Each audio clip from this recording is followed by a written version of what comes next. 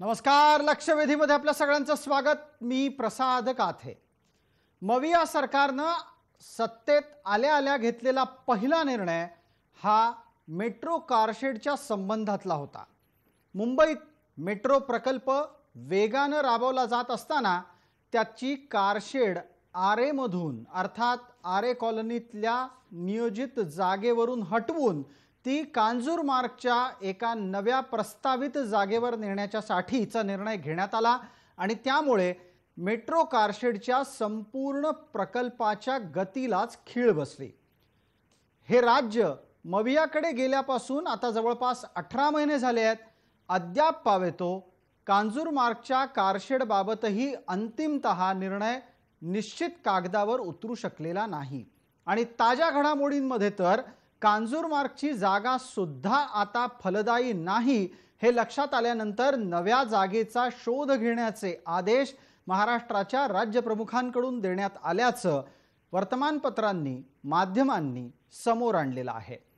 हे निर्णय वरवर पाहता शासकीय वाटतील, पण यामुळे मेट्रोच्या प्रकल्पाची किंमत 10,000 कोटींनी वाढली आहे असा एक अंदाज व्यक्त होतोय. एका बाजूला हा विषय आहे, दुसऱ्या बाजूला मुंबईसारख्या आंतरराष्ट्रीय महानगराला हवी असलेली परिवहनाची अत्यंत गरजेची सुविधा आणखी काही वर्ष दुरापास्तच होणार आहे. या सगळ्याचा परिणाम मुंबईकरांच्या जीवनमानावर आहे. या सगळ्याचा परिणाम महानगराच्या प्रदूषणाच्या स्तरावर आहे. यापूर्वी ज्या वेगानं आरेच्या परिसरात काम सुरू होतं ते जर त्याच गतीनं सुरू राहिलं असतं तर एव्हाना मेट्रोचा एक मार्ग प्रवासासाठी खुला सुद्धा झाला असता आणि तशाच प्रकारच्या नियोजनाच्या माध्यमातून मेट्रोचं काम 2014 ते 2019च्या दरम्यान वेगवान पद्धतीनं हाती घेण्यात आलं होतं. पण सरकार बदललं आणि जणू काही मेट्रोच्या कुंडलीतले ग्रहच फिरले आहेत अशी परिस्थिती समोर येते. पर्यायानं मुंबईकरांच्या कोरोना काळातल्या हालाला आणखीनच गडद किनार लाभलेली आहे. याच सगळ्या गोष्टी लक्षवेधीत चर्चेला आपण घेतोय. सोबत मुंबईकरांची वेदना आहेच आणि म्हणूनच मुंबईच्याच स्पष्ट भाषेमध्ये भूमिका मांडत असताना आपण म्हणतोय हट्टानं लावलाय 10,000 कोटींचा बांबू.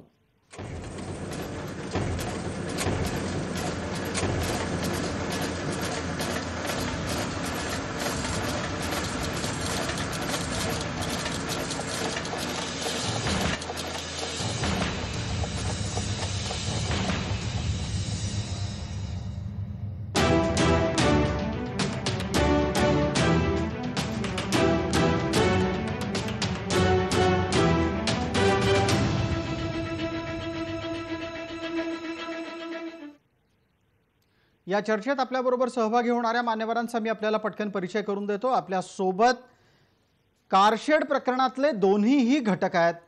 आरे कारशेडचे समर्थक म्हणून वास्तुरचनाकार असलेले पेशानं भूषण मर्दे आहेत. आपल्यासोबत पर्यावरणाचे हितरक्षण करते असलेले रोहित जोशी आहेत. रोहित जोशी हे कांजूर कारशेडचे समर्थक आहेत. आपल्यासोबत मवियाची भूमिका मांडण्याच्यासाठी राष्ट्रवादी काँग्रेसचे प्रतिनिधी प्रवक्ता या नात्यानं संजय तटकरे आहेत आणि भारतीय जनता पार्टीचे प्रतिनिधी या नात्यानं गणेश खंडकर आहेत. माझा पहिला प्रश्न संजय तटकरे यांना आहे. संजयजी, सत्तेत आल्यापासून आज तागायतपर्यंत कांजूरमार्गच्या जागेच्या व्यवहार्यतेची स्पष्टता झाली नाही का आणि आता नवीन जागा शोधायला सांगितली गेली आहे, त्यामुळे होणारं नुकसान लक्षात येतंय का? प्रसादजी, सर्वप्रथम आपण एक लक्षात घ्या, राष्ट्रवादी काँग्रेस पार्टीने नेहमीच जी आरे कारशेडची जी जागा होती त्याला विरोध केला होता. एकतर मुंबईमध्ये फार थोडी ग्रीन स्पेस राहिलेली आहे आणि 30 हेक्टर जागा ही तिथलं जंगल आणि तिथली झाडं सगळी तोडून त्या ठिकाणी कारशेड बांधण्याचा मुळात आम्ही तो जो निर्णय फडणवीस सरकारने आणि केंद्र सरकारच्या पर्यावरण मंत्रालयाने जो प्रकल्प मंजूर केला होता त्याच्याबद्दलच आक्षेप आम्ही घेतला होता. आणि साहजिकच आहे, ज्या मुद्द्यावर आम्ही लोकांपर्यंत गेलो होतो, निवडणुकीला सामोरे गेलो, आणि सत्तेमध्ये आल्यानंतर त्याचा फेरविचार करणं हे क्रमपात्र होतं आणि तसा निर्णय घेण्यात आला. ठीक आहे, पहिला पण मुद्दा 18 हा आहे महिने की झाले आहेत, फडणवीस आपल्याला 18 महिन्यामध्ये पर्यायी निश्चित जागा नाही का सापडू शकली? नाही ती बघा परत एकदा मी सांगतो तुम्हाला, जी काही जागा शोधायची असेल किंवा जो व्यवहार्य पर्याय जर शोधायचा असेल तो नक्की शोधला जाईल. आणि राहिला तुम्ही जे सांगताय की 10,000 कोटीचं नुकसान आणि सगळं होणार आहे, मला एक मुद्दा मांडायचा आहे की 30 हेक्टर जागा म्हणजे जवळजवळ एक 75 एकर जागा बर, जे ग्रीन कव्हर नष्ट होणार होतं किंवा ते केलं जाणार होतं त्याची मोजमाप पैशामध्ये होऊ शकत नाही.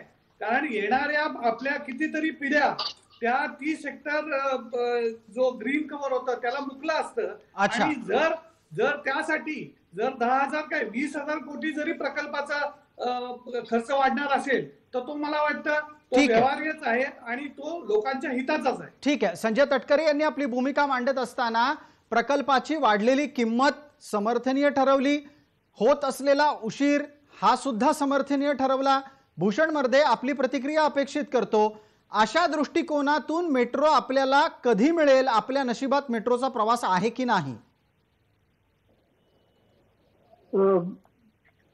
आता ही जी जागा निवडली आरेची निवडलेली जागा ही मागच्या सरकारने निवडली असं आधीच आमच्या अंगरीश म्हणाले. पण खरं तर हा निर्णय 2012चा आहे.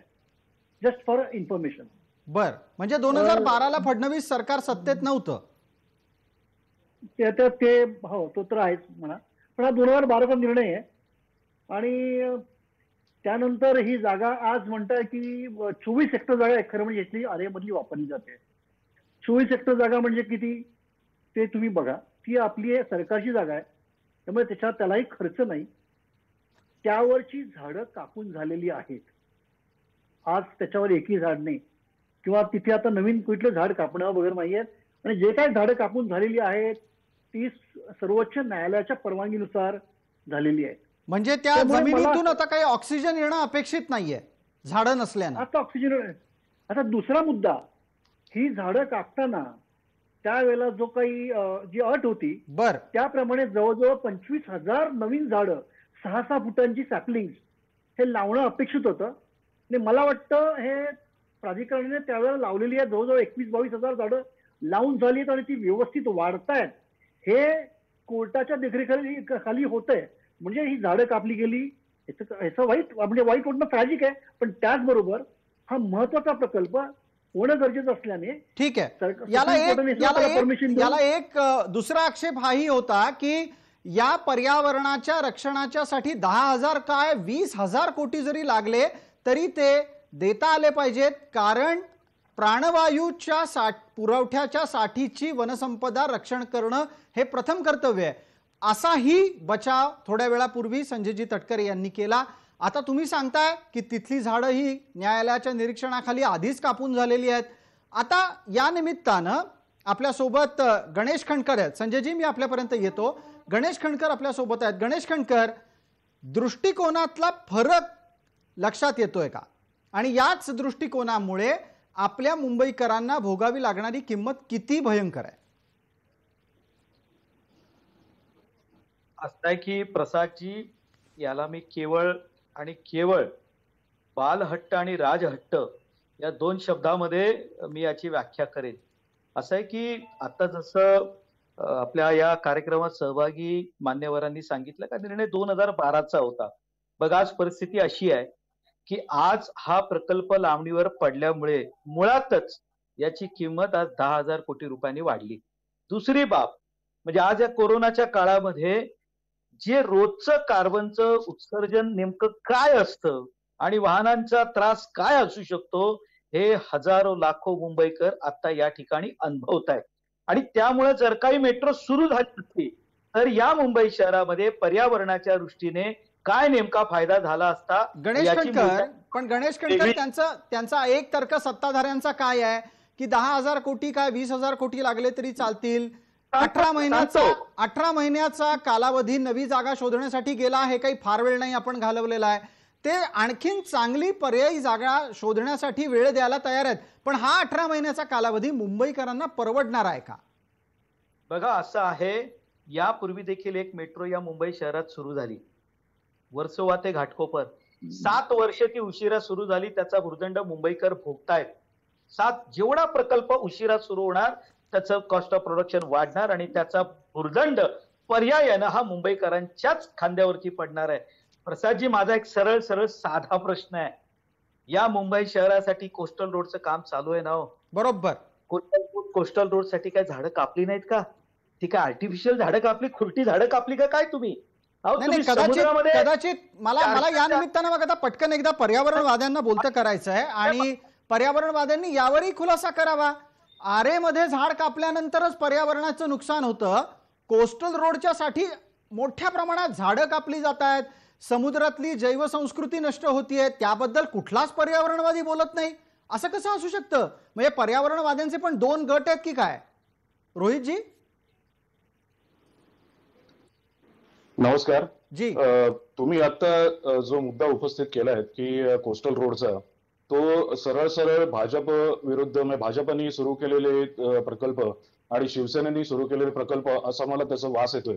मुळात पर्यावरणवाद्यांची जी भूमिका आहे ती अतिशय स्पष्ट आहे. अजिबात जी पर्यावरणवाद्यांची भूमिका आहे ती अतिशय स्पष्ट आहे की जर झाडं किंवा पर्यावरणाचं कुठेही नुकसान होणार असेल आणि ते अवाजवी असेल तर त्याला पर्यावरणवादी म्हणून आमच्या सगळ्याच प्रकल्पांना विरोध राहील. पण कोस्टल रोडच्या बाबतीत कधीच आवाज निघालेला ऐकला नाही. कोणी ऐकला असेल तर सांगा. कोस्टल रोड मधल्या पर्यावरणाच्या हानीच्या बाबत कोणी बोलताना दिसत नाही.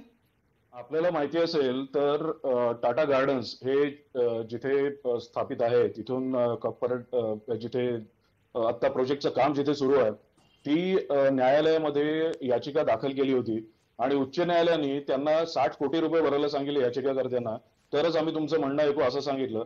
आणि ते तसं 60 कोटी रुपये कोणी पेटिशनर भरू शकत नाही, कारण हे जनहितासाठी हे सगळे याचिकाकर्ते काम करत असतात. त्यामुळे 60 कोटी रुपये भरणं अशक्य असल्यामुळे ती झाडं कापण्याशिवाय दुसरा काही पर्यायच राहिला नव्हता. आणि त्यामुळे पण मग रोहित जोशी, आरे मधली झाडं सुद्धा न्यायालयाच्या आदेशानंतरच कापली गेली. त्यावेळेला मात्र काय भूमिका घेतली गेली? काय मोठ्या प्रमाणात आंदोलनं उभी राहिली?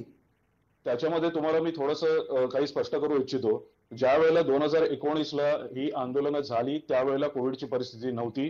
कोविडची परिस्थिती ज्या वेळेला उत्पन्न झाली त्याच्यानंतर 2 वर्ष जो काही खेळखंडोबा झालेला आहे कांजूरच्या जागेबद्दलचा तो सर्वज्ञात आहे, सर्वश्रुत आहे. मला आता फक्त 2च गोष्टी सांगायच्या ज्या भूषण मर्देंनी उपस्थित केल्या होत्या. त्यामध्ये ज्या चुकीच्या आहेत त्या म्हणजे एक तर 2012चा जो निर्णय त्याच्यामध्ये कुठेही आरे ही जागा फायनल झाली नव्हती.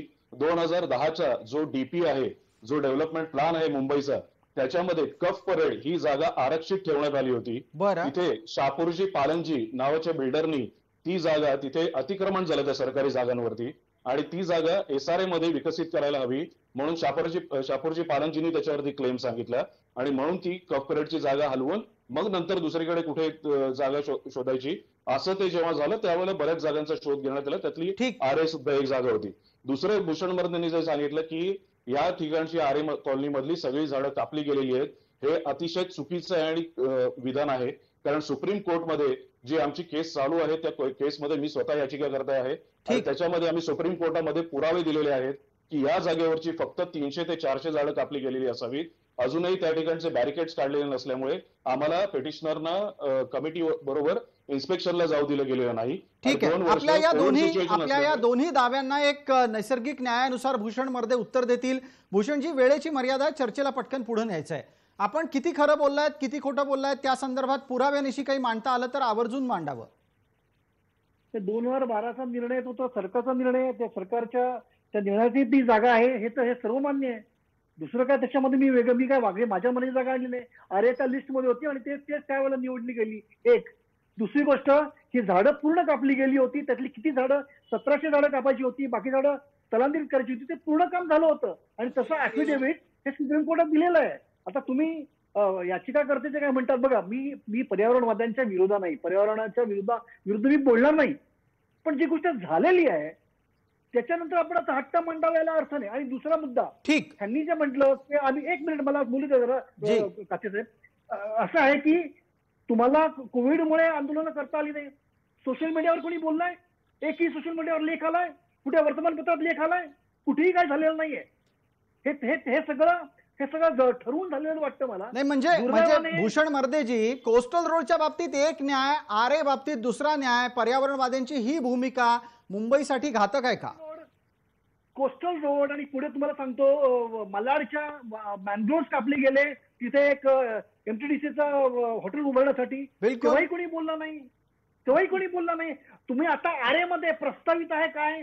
SRA साठी तिकडे नवीन वसाहत बांधण्याचा प्रस्तावित आहे. आरेचा मॉनिटरी यूज करून, म्हणजे आरेचा आर्थिक फायदा आम्ही करून घेऊ, त्याच्यासाठी प्रकल्प आणण्याचे घातले जात आहेत. ते चालेल. आणि इकडे मध्यमवर्गीय माणसांसाठी बघा, कोस्टल रोड हा मी त्याचाही विरोध करत नाही. कोस्टल रोडवरून गाड्या जाणार आहेत, त्यात माझी गाडी असेल, पण मध्यमवर्गीय जे लोक असतात त्यांच्यासाठी मेट्रो आहे.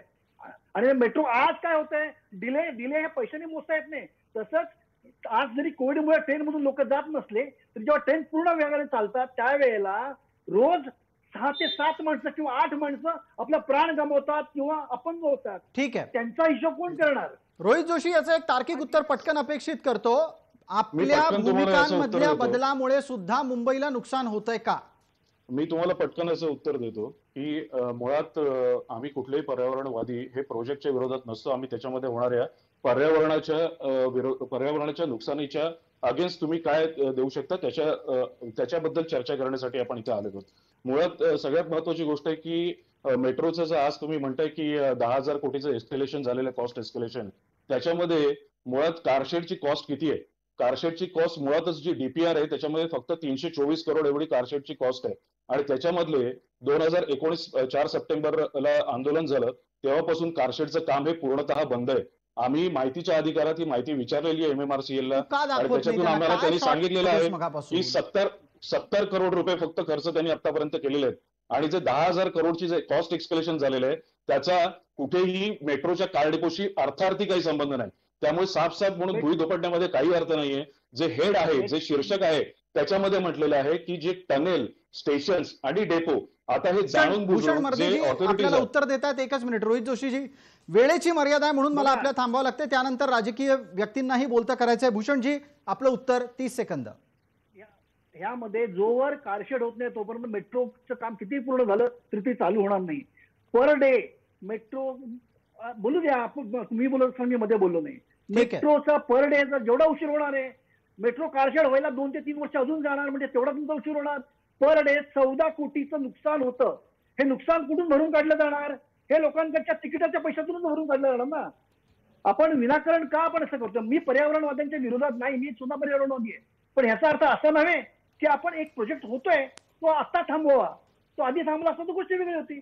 आणि सुप्रीम कोर्ट जेव्हा म्हणतं तर सुप्रीम कोर्टाला तुम्ही परत चुकीचं ठरवताय हे तुम्ही विसरताय. ठीक आहे, आता चर्चेत एक महत्वाचा मुद्दा असा आला की प्रकल्पाची वाढलेली किंमत ही सर्वसामान्यांच्या खिशातून वसूल केली जाते.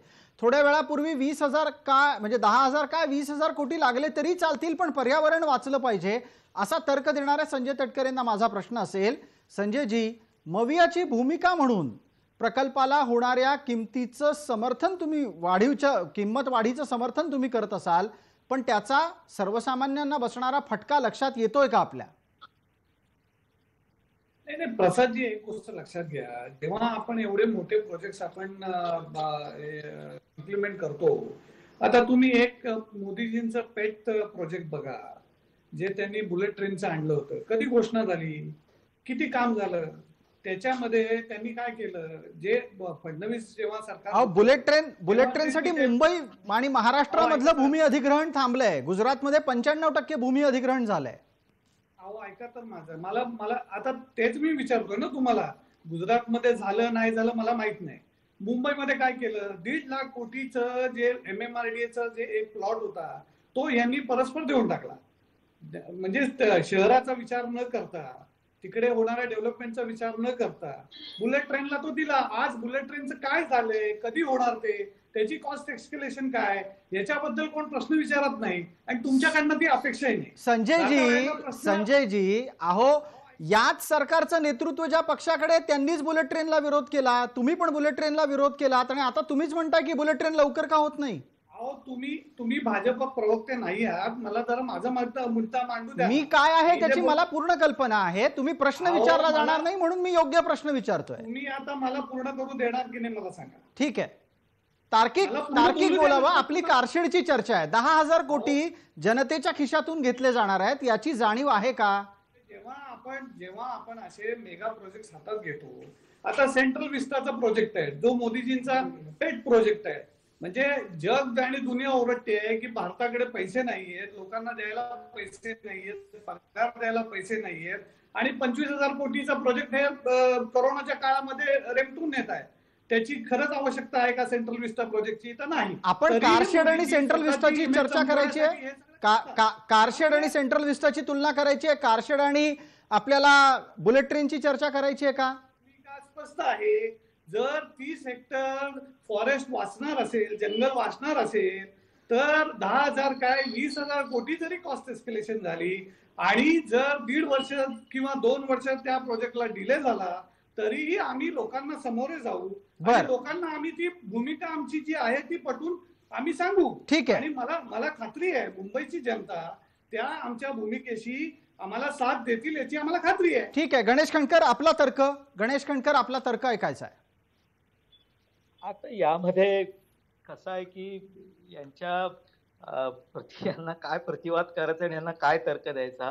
प्रसादजी, मी यातलं एकच सांगतो की आज ज्या वेळेला इथे 10 आणि 20,000 कोटींची चर्चा सुरू आहे आणि ज्या वेळेला 27 हेक्टरची जमिनीची चर्चा करतायत, मी मुंबई महानगरपालिकेमध्ये नगरसेवक म्हणून काम केलेलं आहे आणि पर्यावरणाच्या दृष्टीने आता कसं आहे, दुर्दैवानं जी रोज मुलं ट्रेनला लटकतायत, 10-12 मुलं रोज मरतायत, त्यांचे अंत्यसंस्कार करायला लाकूड लागतं, ते शेवटी कापावंच लागतं, हे दुर्दैवानं बोलावं लागतं.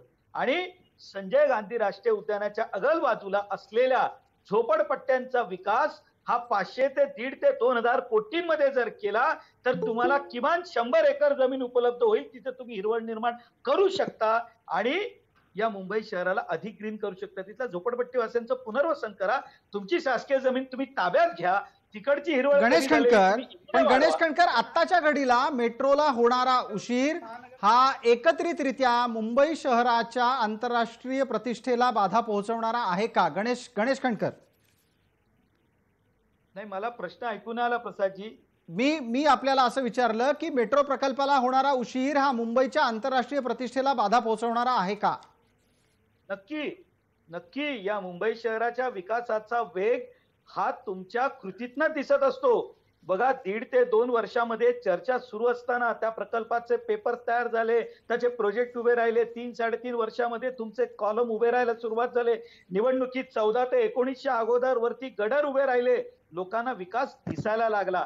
कदाचित म्हणजे हे सरकारची आज चर्चा नाही करणार, पण परंतु या पुढच्या गेल्या 6 महिन्यामध्ये जे सगळा गोंधळ आपण पाहतोय त्यामध्ये तुमची मेट्रो सुरू झाली असती तर जगाने पाहिलं असतं 5 वर्षात या ठिकाणी मेट्रो सुरू होऊ शकते, या ठिकाणी इन्व्हेस्टमेंट आली तर त्याचं रिटर्न मिळतं.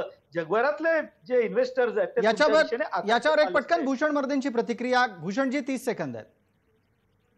मेट्रो हे मध्यमवर्गीयासाठी खूप महत्वाची आहे आणि ती डिले करणं आता परवडणारं नाही आपल्याला. कारण जो माणूस सकाळी कामावर जायला निघतो तो कामावर व्यवस्थित पोहोचेल का किंवा ऑफिसमधून परत घरी व्यवस्थित पोहोचेल का याच्या चिंतेने ग्रासलेला असतो. याला मेट्रो हीच एक लाईफलाईन आता असणार आहे. ती आता किती तुम्ही डिले करणार हा माझा प्रश्न आहे. आपण पटकन रोहित जोशींना विचारूयात. रोहित जोशीजी, आपण पर्यावरणाच्या रक्षणाची भूमिका घेत असताना विकासाच्या दृष्टीनं सुरू होणारे येऊ घातलेले प्रकल्प हे वेळेत सुरू व्हावेत, कमीत कमी उशीर व्हावा यासाठी सुद्धा आग्रही असणार आहात का? आणि थोड्या वेळापूर्वी आपण स्वतःच असं म्हणालात की कोरोना काळामध्ये मेट्रो प्रकल्पाच्या कांजूरमार्गच्या कारशेडच्या बाबत खेळखंडोबा झाला, हा टाळता आला असता का? आता काय करायचं मग? निश्चितच हा खेळखंडोबा टाळता आला असता. जी जमीन जी सॉल्ट डिपार्टमेंटकडे होती ती आत्ताच मध्यंतरी 1-2 महिन्यापूर्वी कांजूरमार्ग येथे जो कचरा क्षेपणभूमी उभारली जाते त्याच्याकरता जर दिली जाऊ शकते तर तीच जमीन केंद्र सरकारने राज्य सरकारची जी विकासाची योजना आहे, जी मेट्रो फक्त 3च नाही तर मेट्रोचं 4चं, मेट्रो 4A चं आणि मेट्रो 6चं, मेट्रो 3च्या अगोदर मेट्रो 6चं काम इथे सुरू होतं. ते सुरू असताना हे थांबवण्याचं काम ज्यांनी केलेलं आहे ते सगळे या खेळखंडोबाला दोषी आहेत. ठीक आहे, आणि याच्यावरची एक याच्यामध्ये पटकन प्रतिक्रिया 30 कारशेड- सेकंदात भूषण मर्दे, कारशेड- त्यांना हा तर्क पटताना दिसत नाहीये, नंतर संजय तटकरेंना बोलतं करणार आहे. मर्देजी, मेट्रो 6 आणि मेट्रो 3 हे एकत्र करणं म्हणजे मेट्रो 3 ची कार्यक्षमता 30-35% कमी करणं हा त्याचा दुर्दैवी प्रकार आहे. दुसरी गोष्ट म्हणजे मेट्रो 3 वर खर्च वाढवणं हा त्याचा प्रकार आहे. तिकडे सिग्नल लागणं, हे काय रेल्वे ट्रॅक नाहीये, हे लोकल ट्रेन नाहीये, मेट्रो असते, त्याच्यात 1 सेकंदाची पण मेट्रो लेट होत नसते. पण आपण हे 2 मेट्रो एकत्र करून ठीक आहे. सिग्नल यंत्रणा टाकून त्याची वाट लावायची ठरवले का? याच्यावर एक मिनिट, आता वेळेची मर्यादा आहे. संजय तटकरे, चर्चेच्या शेवटच्या भागात आपल्यासाठीचा हा प्रश्न असेल, आपल्या अंदाजानुसार मवियाच्या मनात मेट्रो सुरळीत सुरू व्हावी आणि कारशेडचा प्रश्न सुटावा याच्यासाठी काही डेडलाईन आखलेली आहे, काही कालमर्यादा आपण स्वतःला घालून घेतलेली आहे का? आणि एक गोष्ट आता ते एक प्रतिक्रिया जी आली की मेट्रोमध्ये सिग्नल नसतात. तुम्ही कदाचित सिंगापूरला गेलेलं नाही किंवा जपानला गेलेलं नाही. इंटिग्रेटेड मेट्रो हा एक तिकडचा कॉन्सेप्ट आहे आणि तो फार एफिशियंट कॉन्सेप्ट आहे. तर त्यामुळे एकच कारशेड 2 लाईन्सला वापरणं हे ते जे एक्सपर्ट्स आहेत ते बघतील. त्याच्यामुळे आपण पडायची आवश्यकता नाही आणि जगभरात त्याची उदाहरणं बरीच आहेत. त्यामुळे तो काय मुद्दा असू शकत नाही. ठीक आहे. दुसरा मुद्दा की जी कांजूर मार्गची कारशेड आहे त्याच्यावर काम चालू आहे. जलद गतीने काम तो प्रश्न सोडवण्याचा प्रयत्न केला जात आहे आणि मला वाटतं लवकरात लवकर मेट्रो ची आपल्याला रहदारीसाठी उपलब्ध होईल याची मला खात्री आहे. ठीक आहे संजय तटकरे, आपण लवकरात लवकर असा शब्द वापरलेला आहे. कालमर्यादेच्या दृष्टीनं हा शब्द सुरू कधी होईल, संपतो कधी हे सांगता येत नाही, पण तुर्तास तरी आपण त्याबाबत प्रयत्नशील आहात. सांगणार ना, ते माननीय मुख्यमंत्री सांगतील बरं. त्या खात्याचे जे मंत्री आहेत ते सांगतील. ठीक आहे, आपण त्यांच्याकडून उत्तर अपेक्षितच करूया. मुंबईकरांना वेगानं परिवहनाचे नवे पर्याय उपलब्ध व्हायला हवेत. उपलब्ध असलेले परिवहनाचे पर्याय वेगवान राहिले पाहिजेत, ही मुंबईकरांची अपेक्षा आहे. मेट्रोच्या कामात झालेला उशीर त्यांच्या डोळ्या देखत आहे. तुर्तास या लक्षवेधीमध्ये कालमर्यादेपोटी इतकंच. सर्व प्रेक्षकांना जय महाराष्ट्र.